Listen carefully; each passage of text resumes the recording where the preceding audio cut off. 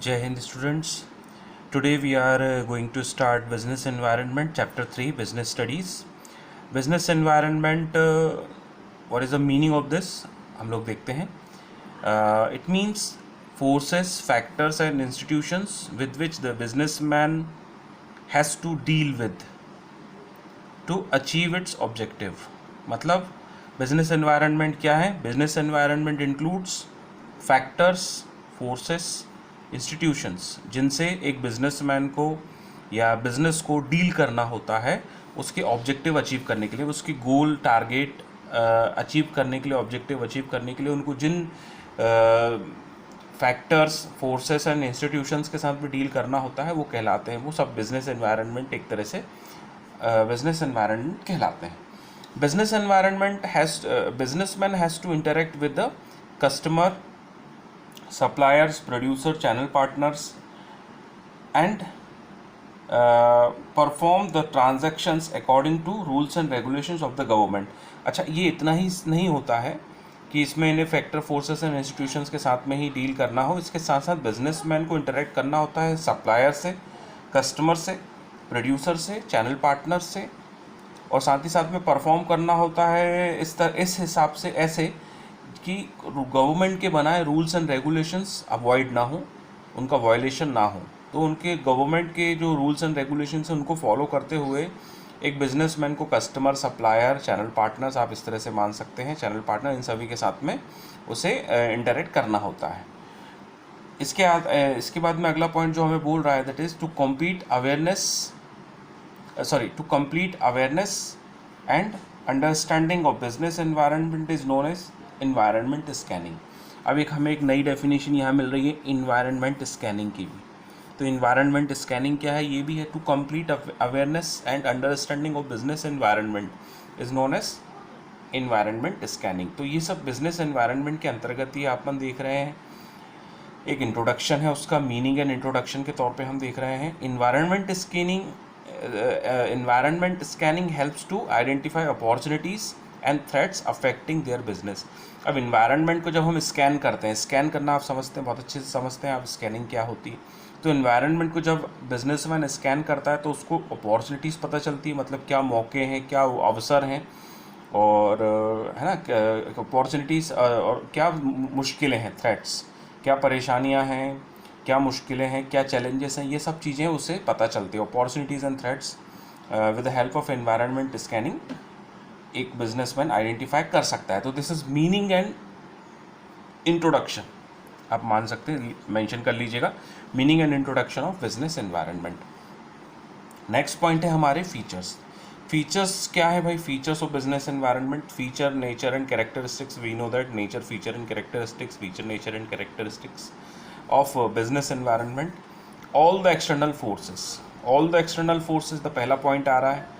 All the external forces, it includes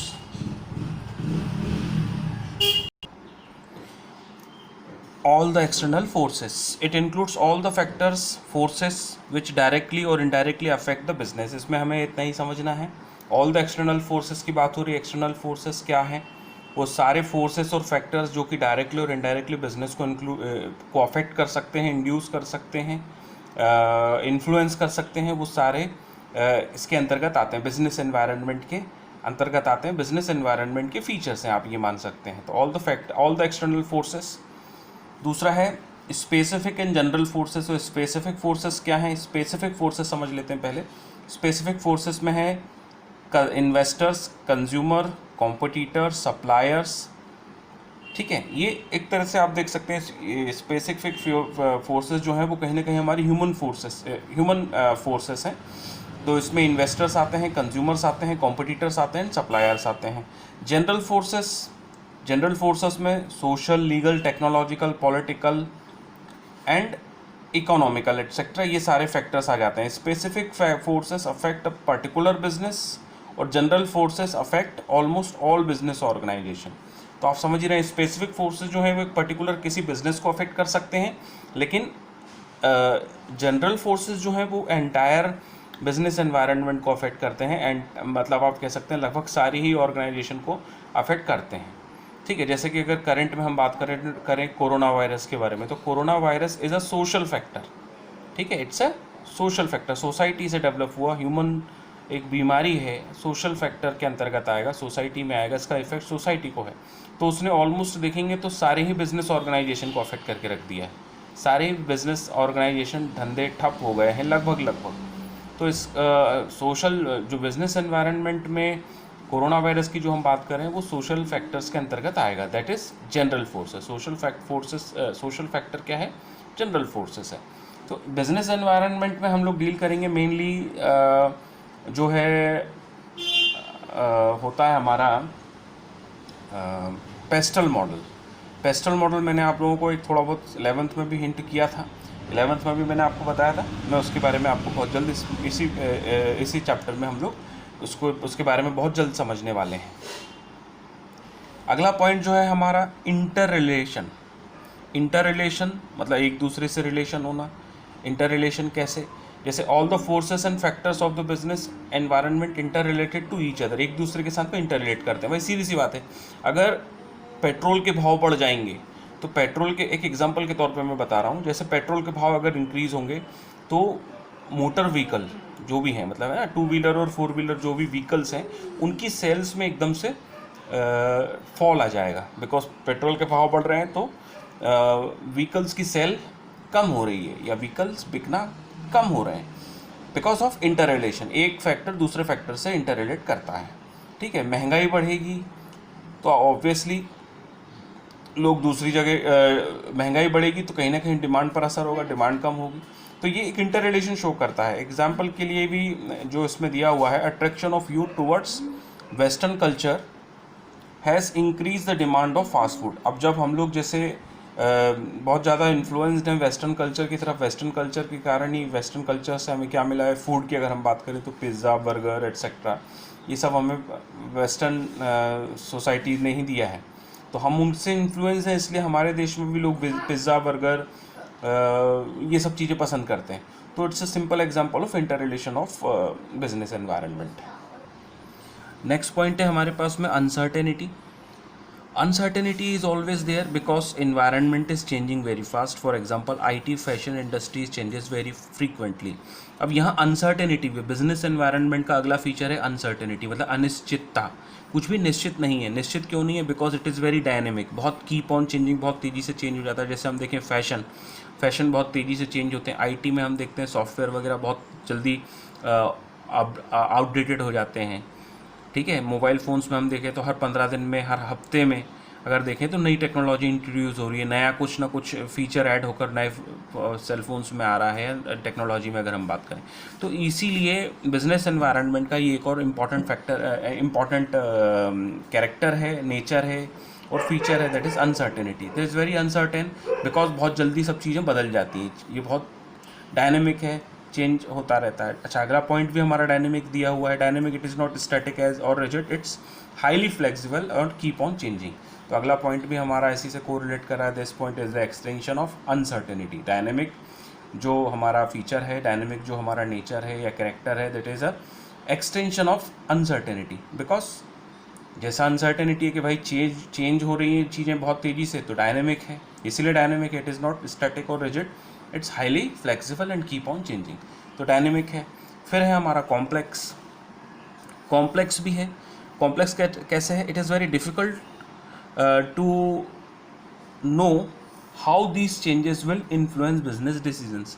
ये बड़ा मुश्किल हो जाता है कि भाई ये बिज़नेस पर इसके क्या इफ़ेक्ट पड़ेंगे, बिज़नेस के डिसीजंस पर इनके इसको हम कैसे आइडेंटिफाई करेंगे। ठीक है, it is very difficult to know, हमें पता लगाना बड़ा मुश्किल होता है कि भाई ये जो भी चेंजेस हुए हैं या जो भी बिज़नेस एनवायरनमेंट है उसके बिज़नेस डिसीजन पर क्या प्रभाव पड़ेंगे।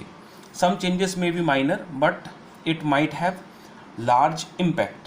कुछ चेंजेस बहुत ज़्यादा छोटे होते हैं, बहुत माइनर होते हैं, पर उनके इम्पैक्ट बहुत खतरनाक होते हैं, कह सकते हैं बड़े होते हैं। जैसे एग्जांपल के लिए गवर्नमेंट इंक्रीज़ करती है टैक्स रेट बाय 3%, तो it may affect the income of company by large amount.